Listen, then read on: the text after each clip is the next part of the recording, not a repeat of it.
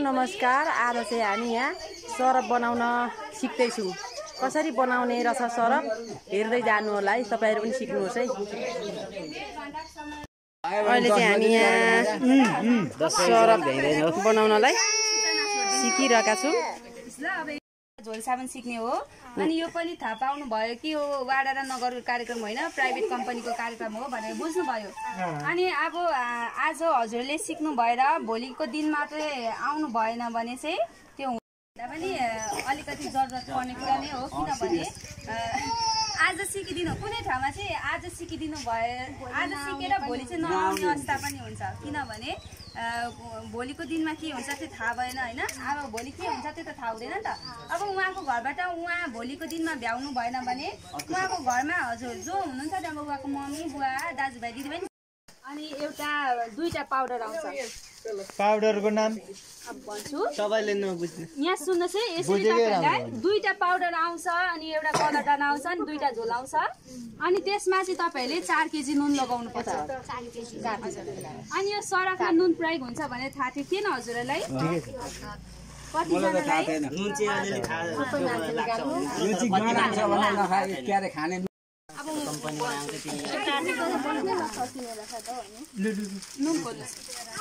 अनि यो नुन भनेको चाहिँ तपाईहरुले यो सरप बनाउनलाई नुन चाहिँ 4 केजी लाउनु पर्यो। यो नुन चाहिँ जुनै सरफमा पनि हुन्छ है, जुनसुकै सरपमा पनि पाउँछ। हामीहरूले अहिले एरियल सरप बनाउँदैछौँ है। बोराको नुन अब त्यसलाई अब खस्काउनु पर्यो होला। त्यसलाई चाहिँ 4 केजी बनाउनु पर्यो। चाल्नीमा हालेर ल यहाँ सुन्नु है। अब 4 किलो नुन 4 किलो नुन खोल्नु। यसको नाम चाहिँ के हो? यसरी त्यसरी नखोल्नुहोस् कि अहिले हामीले यहाँ प्लास्टिकमा हाल्नुपर्छ नि त। प्लास्टिकको भित्र के हो यसको देखेकै छैन। देखेकै छैन। डिटर्जेन्ट पाउडर भन्छ यसलाई, डिटर्जेन्ट पाउडर हो के भन्छ किन हो यो? यहाँ सुन्नु है, म भन्छु। अब तपाईहरुले 4 केजी नुन लाएपछि यो नुनले चाहिँ मैलो काट्ने काम गर्छ। यो चाहिँ तपाईहरुलाई एउटा पाउडर आउँछ, यसलाई चाहिँ कालो डोलामाइट पाउडर भन्छ। यो बजारमा हामीले किन्न पाउँछ कम्पनीबाट। यहाँ सुन्नुहोस् है, यो चाहिँ कालो डोलामाइट पाउडर हो अथवा यसलाई चुनढुङ्गाको भोलि लेखिन्छ चुनढुङ्गाको पिठो भन्छ। छोएर चाहिँ गर्नुहुन्छ भने गर्नुहोस् त। हामीले लेखेर दिँदा भयो। यसरी त्यो चाहिँ नगर्नुहोस् ल, यसरी मैले नभनिकन नखोलिदिनु ल। चाहिँ गर्नुहुन्छ भने यस्तो हुन्छ। यो चाहिँ कति साह्रो होला भोलि लेखेर ल्याउनु, हामी त्यसको पाउडर भोलि हामी मोबाइलमा सिकाएर पठाउँछ, हामीले जान्नु भएन नि त। अनि यहाँ सुन्नुहोस् है, यो चाहिँ सेतो अथवा सोडा एस पाउडर भन्छ। सोडा एस पाउडर भन्छ। यो चाहिँ चुनढुङ्गाको पिठो, खरी ढुङ्गाको पिठो। यो सेतो चाहिँ खरी ढुङ्गाको भयो, यो चुनढुङ्गाको भयो। यो 1000 ग्राम छ, यो 1200 ग्राम छ। अनि यसले के गर्छ भन्दाखेरि कपडाको मैलो काट्ने साथै तपाईहरुले सरफ पानीमा हाल्नुलाई चिप्लो बनाइदिने काम गर्छ। अनि यसले भनेको कपडालाई चम्किलो बनाउने नरम बनाउने काम चाहिँ सोडा एस पाउडरले अथवा खरी ढुङ्गाको पिठोले गर्छ। लेख है सबैले, आफू त लेख्न जान्दिन। भोलि लेख्नुपर्छ। यो पनि त्यही पाउडर हो। अहिले लेख्नु पर्दैन, मोबाइलमा फोटो खिच्दा सबैले भइहाल्छ। होइन नि त मोबाइल अघि खिचेन। अनि छेउमा छिमेकीसँग माग्ने मोबाइल भएर त किन यस्तो हुन्थ्यो र? छिमेकीले दिँदैनन् मोबाइल चलाउन। होइन भनेको भन्दा त्यो के यस्तो भोलि चाहिँ तपाईहरुलाई हामी एउटा पेपरमा लेखेर छोडिदिन्छौँ। सबै छोडिदिन्छौँ, तपाईहरुले कन्ट्याक्ट नम्बर सबै। ल अब यसलाई चाहिँ मिक्स गर्नु पर्यो। बुझ्नु भयो नि? दुईटा पाउडर आउँछ, एउटा चुनढुङ्गा एउटा खरी ढुङ्गा। दुनु को सदस्य सबैले घोल्नु। अब तपाईहरुले कसरी गर्ने भन्दा यो चाहिँ भुरभुर उड्छ कि यो उड्यो भने चाहिँ नाकमा पर्छ। भुरभुर चाहिँ मुनिबाट यसरी बिस्तारै सबै मिक्स गर्नु पर्यो। त्यो नाक नथुनी किन? सुरु हो। यो हाम्रो चाहिँ अहिले सरप बनाउने तरिका हो। हामी यहाँ सिक्दैछौँ। हामी यहाँले नुनहरु कहाँबाट आएर सिकाउँदै हुन्छ भन्नु गिर्तामठबाट आएर सिकाउँदै हुनुहुन्छ। एरियल ल यता सुन्नुहोस् है। अब तपाईहरुले 4 केजी नुन र 2टा पाउडर मिक्स मजाले गरिसक्नु भएपछि तपाईहरुलाई यसरी 2टा झोल आउँछ। यो झोलको नाम भनिदिनु होला। झोल चाहिँ के हो भन्दाखेरि तपाईहरुलाई रिठा थाहा छ? रिठा मलाई थाहा छ। रिठाको झोल त्यो होला त्यो सेतो प्लास्टिकको यो दुईटै रिठाको झोल हो यसो हेर्दाखेरि चुक र पुरा मौरीको मह जस्तो देखिन्छ यो माथिको छाली के होला यो दुईटै रिठाको झोल हो कस्तो रिठाको झोल भन्दाखेरि चाहिँ त्यो रिठाको बाहिरको बोक्रालाई यो भनेको चाहिँ पकाएको बोक्रालाई पकाएको हो यो भनेको चाहिँ त्यो रिठालाई मेसिनमा हालेर पेलेको झोल हो पकाएको र काँचो पकाएको रिठा र त्यसै साबुन भयो भने रिठाले त हामीले त्यो नुहाएका हौँ अब यसले चाहिँ फिस निकाल्ने काम गर्छ त्यसै साबुन भयो त बिचमा खाल्डा बनाउँछ बिचमा खाल्डो बनाएर पुरै यो त सिमेन्ट भोलि पारा पो रिठाको झोल त हामी नौत्यौँ दाजु तपाईँ त झन् पुरानो मान्छे तपाईँलाई थाहा यो जोडन हो नि त हामीले दही अघि दाजुले बेल्चा चाहिँदैन भनेको यो कारणै पर्छ पहिल्यै थाहा रहेछ होइन मलाई अहिले हामी रिठाको झोल लाउँदैछौँ पकाएको र काँचो लाउने पकाएको र मिसिनले पेलेको काँचो र पाकेको रिठो भनेर कतिले त देख्नुभएको होला कतिले देख्नुभएको छैन होला हाम्रामा चाहिँ थुप्रै एउटा रुख थियो मजाले लाउनुहोस् त हाम्रोमा पनि त्यो पारमा माइजू हामीले रिठाको दानासँग खेली ए हामी नि कति खेल्यौँ हेर्ने होइन हामी त कलकाल गदगद पारेर लुगा पनि धुन्थ्यौँ हौ रिठाले राम्रो हुन्छ गर्नुहोस् त तर जाँदैन यो त्यति मजाले तोची के हो तोची फेरि ए यो चाहिँ कति हाल्नुपर्छ यो चाहिँ 300 ml हो यो यो 12 केजी आधी पनि हालेको छ चारा पोका होइन कि 12 केजीको बनायौँ नि त हामीले 12 केजी बनाउनुको लागि आधी हालेको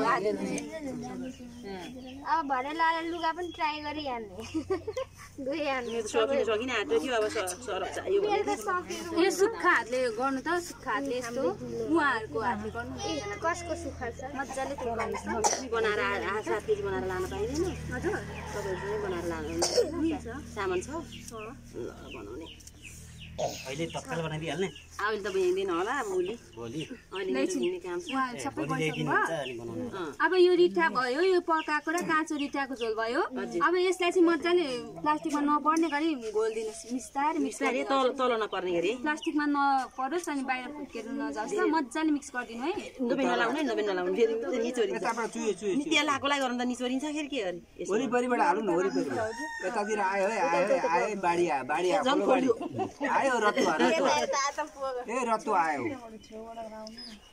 आयो माई खोलो पनि आयो र मजाले पाउडरसँग अब मुनिबाट नउडाइकिन गर्नु बिस्तारै गर्नु बिस्तारै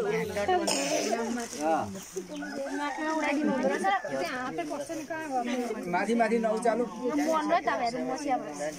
त्यसरी कहाँ पाइन्छ हौ नजानिँदैन नि तातो है तातो यो त पुरै तातो मोल्नु अब चुन ढुङ्गा र खरी एक चुन ढुङ्गा र सबैलाई त मुनिको सबै पाउडरहरू सबै पुरै मलिनु पर्यो तातो हुँदो रहेछ नि अहिले चाहिँ हामी यहाँ सरफ बनाउँदैछौँ रिठाको झोल लाएर चुन ढुङ्गा खरी ढुङ्गा ठिक छ नि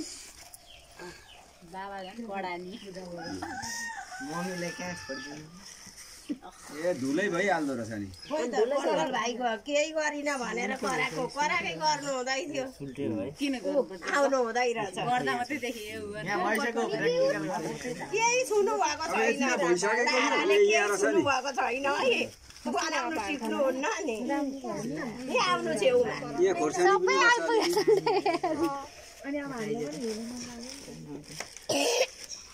सबै हामी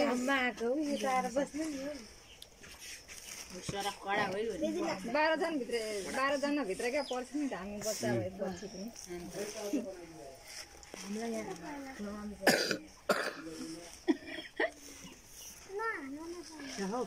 साइमनले कुर्ता खै एउटा लट्ठी ल्याएको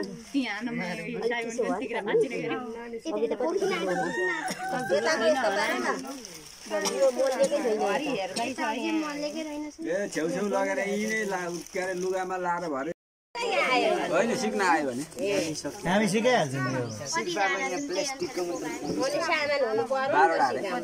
म गाउँछु नि वाय तिथे तल तारुवा खम्चा सित्त सभा भाउ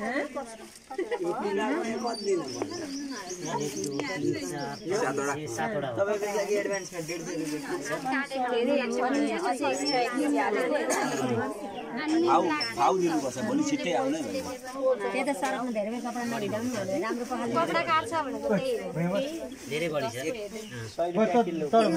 100 ग्राम त्यत्रो बुइनेर बोकेको नि बसेर हेर्नु नि 100 रुपैयाँ कति दुःख दिन्थ्यौ दिदी ल वाय दिने तल तारवा खम्सा सित्ता सवा तमने तिस्सा आसरा अब एउटा गरेर दफडा हुन्छ आस्था भनेको 10 हैन दाजु ए आसरा अब्बा कतिवटा भयो योसँग 10 वटा योसँग 10 वटा ए अझै दुईटा अरु दुईटा गर्नु थाम्सा भनेको कति हो थाम्सा भनेको 5 सोधेको है बाबुहरुले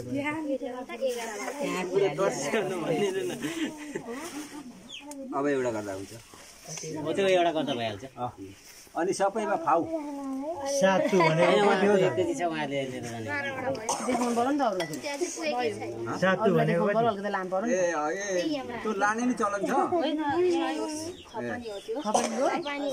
सबैलाई थपिदिनु ए रोको चाहिँ यो बनाउनेलाई सबैलाई थपिदिनु नि